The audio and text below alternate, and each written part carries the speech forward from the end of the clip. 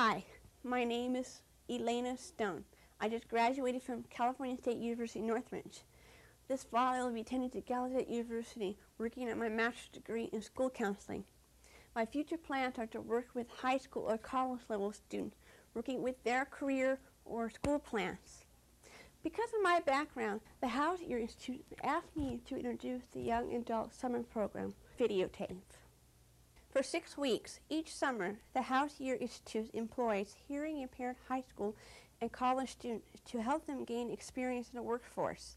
Each person is assigned a job at the Institute, the House Ear Clinic, or at the St. Vincent Medical Center. One of their projects is to learn how to make a videotape. Under supervision, they gain experience in all phases of production. They write, direct, shoot, light, set up audio, and participate in the editing process. This year's video concerns the American with Disabilities Act. This bill imposes government standards on business on how they should reasonably accommodate both employees and customers with disabilities. This means that they must educate their workforce to be equipped to handle without undue burden any disability. If they fail to comply, this would be considered discrimination and legal action could follow. The act is currently the law. Our junior staff wanted to find out if the average worker knows anything about this bill and if their work environment reflects any changes. They tailored their questions specifically about the hearing impaired. However, the information presented here could apply to any disability. They went to interview the general public at a local shopping mall. They asked 4 questions. The first question was, what do you do for a living? I'm a salesman, a sales associate. I sell organs. Well, today is my first day. I started as a credit marketer. I help people fill out applications. I'm a customer service rep. I'm a production designer. I design and build sets for TV and movies. I work for a car dealership. I'm a director at an art gallery. Oh, okay. I'm in sales, gift, and novelty items. It seems that they received a good cross-section of job types. Then they asked, have you ever heard American with Disabilities Act or the ADA? I have not heard of the ADA. No, I haven't. I've heard of House Ear Institute, but not the ADA. Yes, I have. It allows, well, what it does is give the companies guidelines which they must follow to assist individuals with disabilities. Previous to today, I have not heard of the ADA. I've never heard of the Act, no. No, I haven't heard of the ADA. What is it all about? Well, keep watching. Unfortunately, that man's response is very typical. Not many people seem to be aware of the ADA. Our young adults here want their employer to have an understanding of the ADA, how important it is to them and their future. They have a few stories they want to share on their difficulty in dealing with the business world. When I was 13, I took my first solo plane ride. It was a disaster. The people around me who were helping me treated me very condescendingly, as if I was a person who couldn't function in society. But the worst part of it was when one person wrote my ticket, M-U-T-E, mute. I felt very insulted. Ever since that experience, I have been very reluctant to tell people at the airport that I was deaf. I don't want to go through that experience again. One day, I went to Disneyland, and I had a problem with the police. They thought I stole a Mickey Mouse doll. They took me to the police room. I needed an interpreter because I am deaf. I wanted to communicate clearly with the police. One time I went to a barber. I asked for what I wanted. I wanted this. So he cut and cut and cut, and when I saw it in the mirror, I told him, that's not what I wanted. He misunderstood me. What did it look like? I really don't like it. The barber felt kind of bad and told me that when I come back, I'll get a free haircut. Oh, by the way, do you like it? One time I went to a restaurant. I wrote to the lady what kind of food I wanted. I then gave it to the lady and she typed it up. A few minutes later, the food was ready. I got it back and I looked at it to make sure that the food was right. I took it back and I said, "This is the wrong food. Look, this is what I ordered. Look at the paper." The lady said fine, and I then found out that she couldn't read. One time I was going into a clothing store in the mall. I walked through a set of security detectives that were located just inside the store. I have a calculating implement, and the implement set at the alarm. The detective also caused a painful noise inside my implement. I screamed, and everyone was looking at me as if I was stealing something. The store manager and the security guard ran toward me and asked me if I was stealing something. They did not understand at first because they did not know what a calculating implement was, and that the implement was the reason the alarm went off. Last summer I had a car accident, and a lady helped me get out of my car and took off my hearing aid because I hurt. Then a fireman came up to me and asked me what happened. I couldn't stand him. I told him I couldn't hear. He freaked out because he thought I became deaf from a car accident. Lucky I had my friend with me because she explained to him that I was deaf already and she interpreted for me.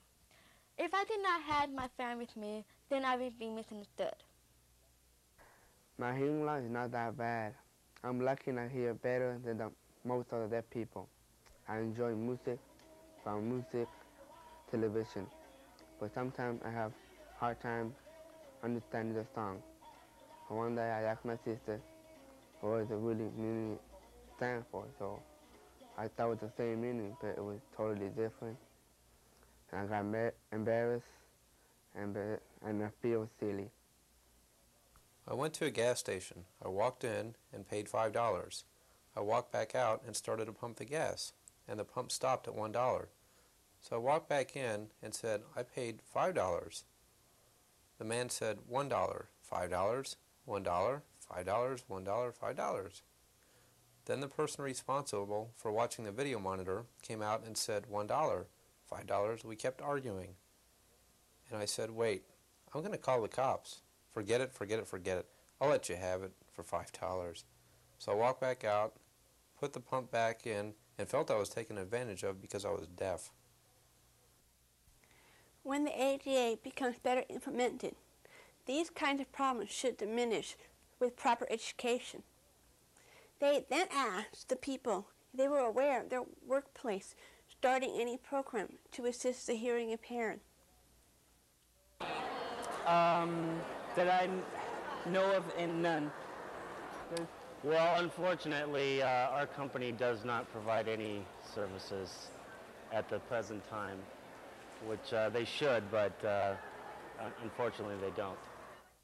Well, I know in our district in Arizona, they try to train at least 1 or 2 employees in sign language, so they have someone available at the store. Like they show them what to do, and are they giving directions on paper? Well, they provide a TDD line, and they also have ramps for individuals with wheelchair access. I don't think we have anything for that. Well, she's never mentioned anything about it, so I don't know. Currently, I've never heard of any programs that included hearing impaired. Are there any? Now stay with us. I think this kind of response shows that the companies have yet to educate their workforce about the ADA. But I'm sure that will change. But how much progress has been made in the public's mind on just plain awareness? Our young adult decided to test businesses to see how responsive they were to hearing impaired customers. Based on the interviews, they were fairly sure the employees had little knowledge of the ADA. With permission, our junior staff videotaped their transaction with the hearing employee in several different business environments. Pablo goes to a fast food counter. May I help you? Asks for a medium carrot juice. The clerk is immediately confused and unsure of herself.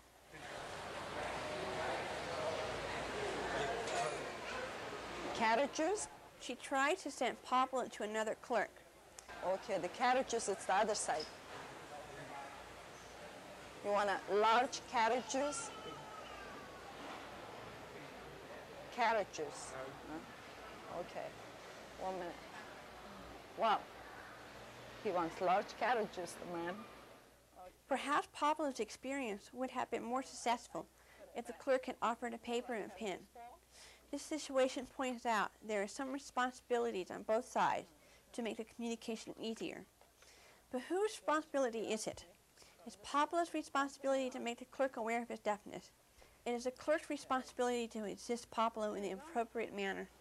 Okay, is this a bag? How much? $3.30. $3.30. In this situation, communication is weak. If Pablo doesn't get exactly what he orders, he receives a large instead of a medium and is asked to pay for it. 5 cents more. 5 cents. He does so, perhaps, not realizing the clerk had made a mistake. Jeff goes into a car store. Hello. He immediately lets the clerk know that he is deaf and asks for paper.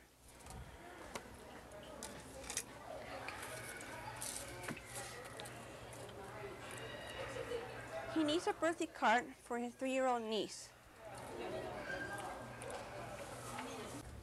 The clerk takes him to an appropriate card section and helps him select one. She also assists Jeff by making good eye contact. You hold it.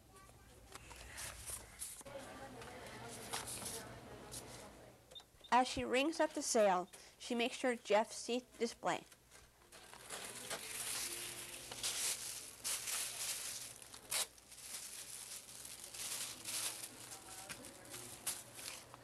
This scenario shows effective communication on both sides.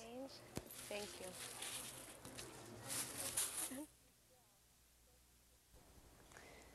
Michelle goes to the bank and asks for a car loan. Hi. I'm Steve. How may I help you? She motions that she is deaf. Okay. Steve, the loan officer, immediately gets a paper and pen. This is a good example of how to communicate effectively with a hearing impaired customer.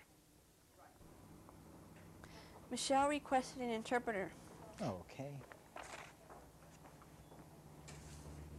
Steve states that he's aware of the ADA bill and responds that he will check with the appropriate department of the bank to ask if they can reasonably accommodate her request. Since there was not an interpreter available that day, Steve proceeds to discuss the bank requirement for a car loan with Michelle. They agreed to make it a second appointment. Michelle looks forward to having an interpreter at their next meeting. The bank was the only business that they visited had any awareness of the ADA, but overall, the scenario showed progress for the hearing impaired. I think they also show that both sides need to take equal responsibility for the outcome of any transaction. The last question they asked was, if you were hearing impaired, what could your company do to help you? And could you do your job? If I was hearing impaired, I don't think so. I answer phones a lot, and it may be difficult. They could have a special phone system, I know. They probably could. I could do the job that I do now if I couldn't hear, because it's all a matter of an art form, and the visual side of it is, I don't think that really is an obstacle in my field. If I was deaf, I don't think I could do the job because I feel lost by myself. And I feel, what's going on? I'll ask myself, what's going on? Yes, absolutely I could. I know what I'm doing. I know how to do it. And I would do whatever it takes to overcome my weaknesses. Well, I would want people to be trained to know what to do to help me if I needed help. I would want them to take special interest in my needs. Well, I think just patience would be one thing. If the people I was working with could be a little more patient with me and just give me a chance, I think that would be a great help. Hopefully this question made our interviewees think about the possibility that they might someday have a disability, and that their employer would take reasonable responsibility for their continued employment. We hope that even answering the question might have heightened their awareness. Just because the ADA is law doesn't mean that the ideas and attitude will change overnight. Our junior staff would like to leave you with some stories and suggestions for the future they would like to see. One day I went shopping with my mom, and we were shopping for a dress. Mom was trying on a dress, and the saleswoman came up and started to talk with me. And I told her that I was deaf, but somehow I was surprised because the saleswoman could sign. I was really happy and surprised because before I had a bad experience with other saleswomen. I wish they had more captions on music television, because that way people like me can hear and understand what they're talking about. I would like to see a restaurant set up electric signs with numbers. There are 800,000 deaf people and 22 million hearing impaired people in America. I think that all businesses should have interpreters so they get more deaf customers. I went to a restaurant. It was very interesting, a change. It was the first time that I've seen a computer. You don't have to write the order anymore. You don't have to point. I can just push on my own what kind of food I want, what kind of drink, different things. It's much better than ordering by writing. I would like to see a movie at theater with open caption. The one change I would love to see in the future would be the cellular phones to be made compatible with the telephone device for the deaf. Most of today's cellular phones and even car phones are not very well compatible with the TTT. This has stopped me from buying a car phone. Recently, 2 weeks ago, I went to the hotel and I asked the bus clerk, and I wanted to know room for me. Okay, so he came and said, and answered the price, what's the room number, so forth. And then he asked me a question, do you want TTY for you for the telephone? Now I was surprised, but so thrilled. Yes, I might have one, please. I hope this video has given you some insights of the needs of the hearing impaired in the workplace. The next time a person with a disability comes to your place of business, as a customer or as a potential employee, I trust that their needs will be equally respected. When I was 13, there was no ADA bill. I feel that if there was such a bill, my airplane experience would have been much improved. The service would have received sensitivity and training, and there would be more equipment available for deaf passengers. I'm very happy that the bill has been passed. Now.